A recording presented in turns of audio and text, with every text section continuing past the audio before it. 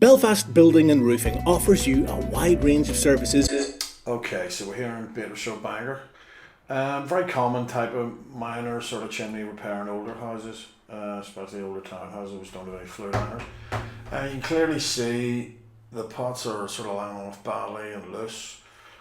This is caused by a breakdown of the Flue Bricks inside, which is caused by many things: snow, rain, ice, even birds, extremes of temperature, various gases, and also pollutants. But in this case, we've replaced some degraded bricks, reset the pots, and then we'll introduced a primer, flooded it with a primer, and then flooded the crown with our fast-setting, extra strong slurry, which will be, this is like a really good protection, which will last for many years to come. So there you have it.